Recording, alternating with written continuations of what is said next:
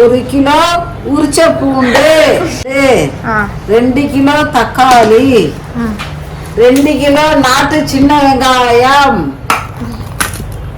150 gram புளி, 15 கட்டு பிரண்டை, 1 kilo 1,5 kilo இஞ்சி, தோல் எடுத்த இஞ்சி, பச்சை மிளகா 1 கிலோ, இது ஒரு 10 கட்டு.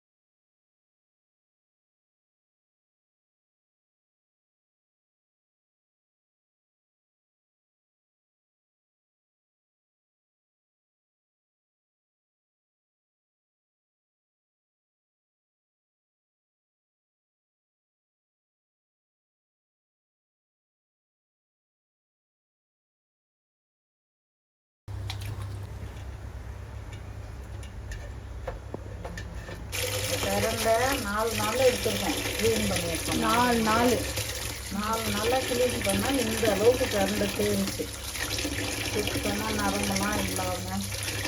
முதல் நாள் நார் எடுத்து போடணும், 2வது நாள் நரம்பு தரணும். அதை எப்படி செஞ்சால் தான் நல்லா சாப்பிட முடியும். இந்த பிரண்டை எப்படி க்ளீன் பண்ணுறதுன்னு இன்னொரு வீடியோவில் அம்மா காட்டுவாங்க. இந்த பிரண்டைக்கு அவ்வளோ நரம்பு வரும். ஆமாம், எப்படி க்ளீன் பண்ணுறதுன்னு காட்டுறேன்.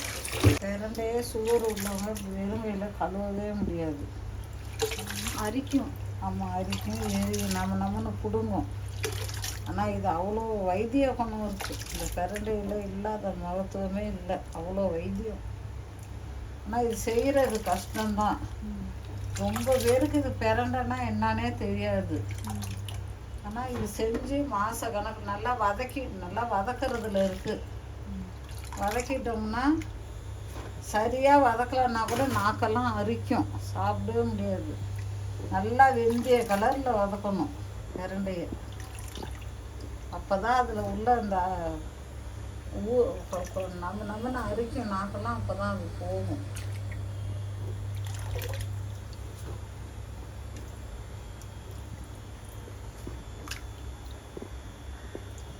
இது மொத்தமாக ஒரு 35 கட்டு பிரண்டை. 35. ஆமாம், ஏன்னா அவ்வளோ இதில் நார் வரும். மறுநாள் நரம்பு எடுக்கணும்.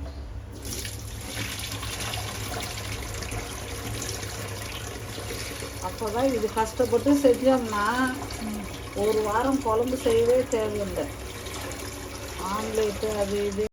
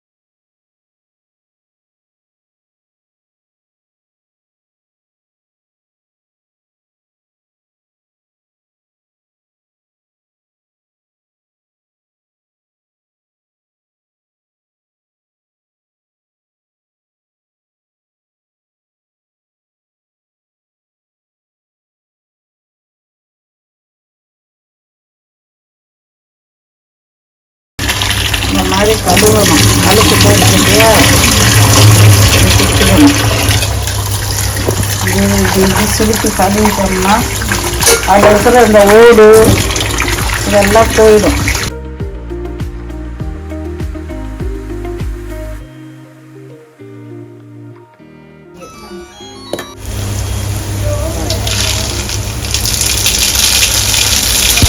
கடுகு போட்டாச்சா, கடுகு போட்டு நம்ம தக்காளி போடணும்.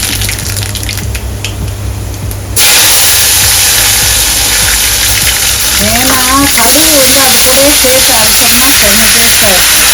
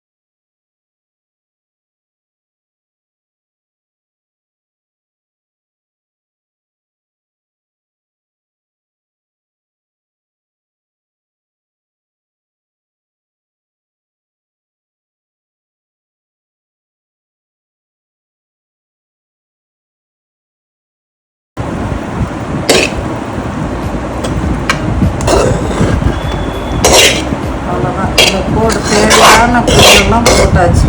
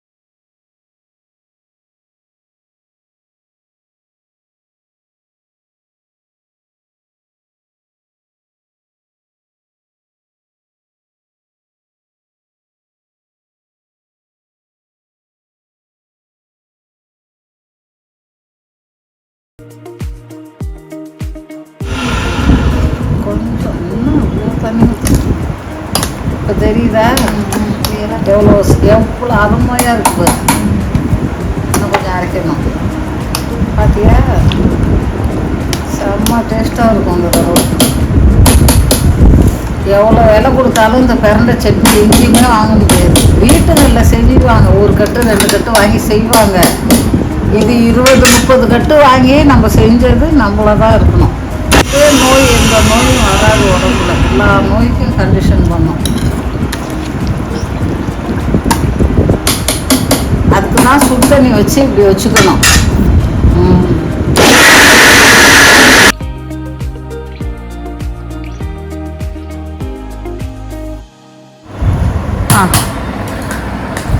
ஹலோ, பிரண்டை சட்னி பாருங்க.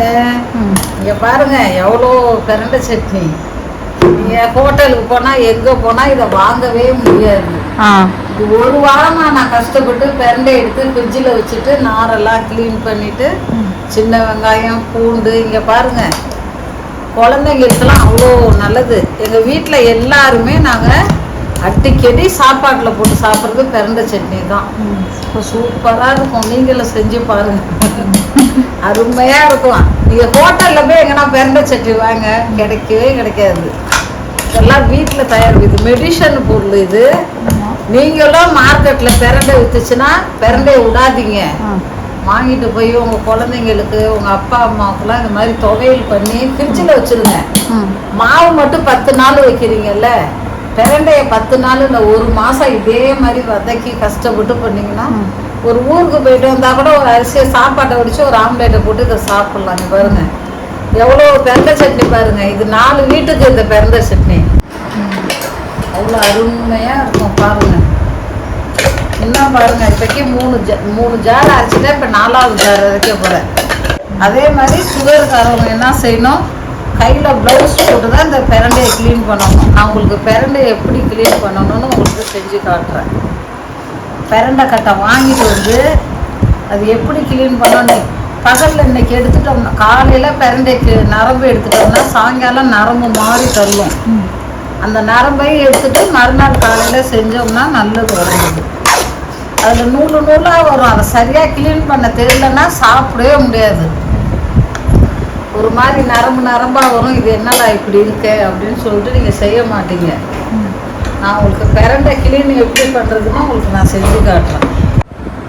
கொதிக்க வச்சு ஆற வச்ச தண்ணி, பச்சை தண்ணி எப்பயுமே இந்த பிரண்டை சட்னியில் ஊற்றக்கூடாது. சீக்கிரமாக ஊசி போயிடும், கெட்டு போயிடும். அதனால் தண்ணியை நல்லா கொதிக்க வச்சு ஆற வச்சு அந்த தண்ணி தான் ஊற்றணும். நம்ம மார்க்கெட்டில் போய் வாங்கினீங்கன்னா ஒரு கட்டு 30-40ன்றாங்க. நாங்கள் வந்து கோயம்பேட்டில் போய் பூக்கடையில் போய் இந்த பிரண்டையை வந்து 10 ரூபாய்க்கு தான் வாங்குவோம். வீட்டாண்ட விற்றாங்கன்னா இந்த பிரண்டையை 30 ரூபா விற்பாங்க. நம்மளுக்கு கட்டுப்படி ஆகாது.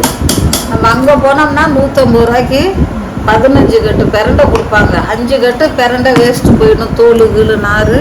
மீதி 10 கட்டு பிரண்டையில் தாக்கலாம். இது மொத்தமாக பார்த்தீங்கன்னா 35 கட்டு பிரண்டை இருக்கும். இது சட்னியை பார்த்தீங்கன்னு வச்சுக்கோங்களேன், இன்னும் சோறு கேட்கும். நிறையா சாப்பாடு சொல்லணும். உங்களுக்கு டேஸ்ட்டாக இருக்கும். கறி குழம்பு மாதிரி அவ்வளோ அருமையாக இருக்கும். ஒருத்தர் சொல்லுவாங்க பருப்பு வச்சு அரைச்சா நல்லா இருக்கும். பருப்பெல்லாம் வச்சு அரைச்சோம்னா அது டேஸ்ட்டே இருக்காது. வெறும் இஞ்சி பூண்டு பச்சை மிளகா சின்ன வெங்காயம் கொஞ்சம் புளி பிரண்டைக்கு ஏற்ற மாதிரி தக்காளி வைக்கணும். தக்காளி பூண்டெல்லாம் இப்படி வதக்கணும். இங்கே பாருங்கள் எங்கள் வீட்டில் எவ்வளோ பிரண்டை சட்னி இருக்குது. இப்போ பாருங்கள் அவ்வளோதான் முடிஞ்சிருச்சு பிரண்டை சட்னி. பார்த்தீங்களா, நீங்களாம் ஒரு கட்டு வாங்கி செய்கிறதுக்கே கஷ்டப்படுவீங்க. 35 கட்டு வாங்கிட்டு வந்து தொடர்ந்து 3 நாள் க்ளீன் பண்ணி ஃப்ரிட்ஜில் எடுத்து வச்சு எங்கள் சொந்தக்காரங்களுக்கெல்லாம் கொடுப்பேன். நானும் சாப்பிடுவேன். உங்கள் வீடு எங்கன்னா பக்கத்தில் இருந்தால் சொல்லுங்கள், பிரண்டை சட்னி கொடுத்து விட்றேன். நீங்கள் தின்னு பாருங்கள், விட மாட்டீங்க. பிரண்டைனாவே யாருக்கும் ஒரு சிலருக்கு இன்னும் என்னன்னே தெரிய மாட்டேங்குது. பிரண்டைனா என்னன்றாங்க.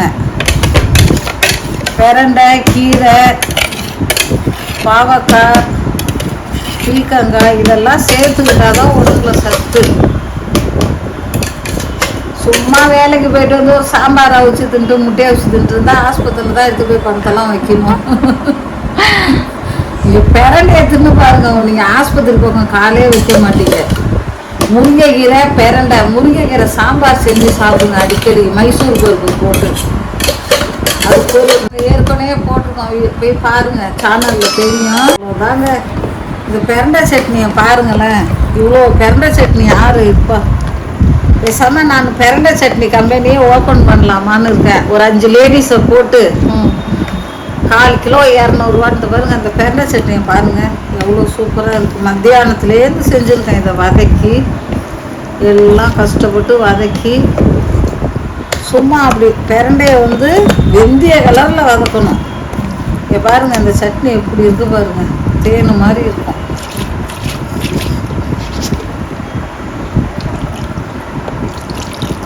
அவ்வளோதான், பிரண்டை சட்னி ரெடி ஆயிடுச்சு. பானு எல்லாருக்கும் பார்சல் பண்ணலாமா? ஆனால் ஆசைப்படுவாங்க, இது எங்கே செய்கிறாங்க, எவ்வளோ உள்ள செய்கிறாங்க. நாங்கள் சென்னையில் இருக்கோங்க, சென்னையில் இருக்கோம், குளத்தூரில். இங்கே பாருங்கள், பிரண்டையை வந்து உங்களுக்கு எப்படி க்ளீன் பண்ணுறதுன்னு சேனலில் நாங்கள் போட்டு காட்டுறோம். அதுக்கப்புறம் நீங்களும் க்ளீன் பண்ணுங்கள். ஒருத்தர் கேட்டால் சொல்லி கொடுக்க மாட்டாங்க, பொறாமல் பிடிச்சிட்டு. இது எப்படி எடுக்கணுமோ தெரியலையே, இவங்க இப்படி வீடியோவில் போட்டிருக்காங்களேன்னு நினைப்பீங்க. உங்களுக்கு கம்ப்ளீட்டாக ப்ளவுஸ் போட்டு செஞ்சு காட்டுறேன். சுகர் இருக்கிறவங்க வெறுங்கையில் எடுத்தால் அரிக்கும், ஜுரம் வந்துடும். ப்ளவுஸ் போட்டு கையில் செய்யலாம். இங்கே பாருங்கள் எவ்வளோ பிரண்டை சட்னி பாருங்கள், பாருங்கள் இவ்வளோ பிரண்டை சட்னி செஞ்சுருக்கேன் பாருங்கள். வாயில் அப்படியே வச்சு விடுவோம். சாப்பாடை சூடாக சோறு போட்டு கறி வறுத்து மீன் வறுத்து போட்டு பக்கத்தில் வச்சு சாப்பிட்டோம்னா சரன்னு இறங்கிடும். 1 ஹவர்லேயே பசி எடுக்கும் மறுபடியும். இது அவ்வளோ ஜீரண சக்தி பொருள். நீங்களும் இதே மாதிரி பிரண்டையை வாங்கி கஷ்டப்பட்டு செஞ்சு ஃப்ரிட்ஜில் வச்சுக்கோங்க. அடிக்கடி குழம்பு செய்யவே தேவையில்லை, குழம்பு காசெல்லாம் மிச்சம்.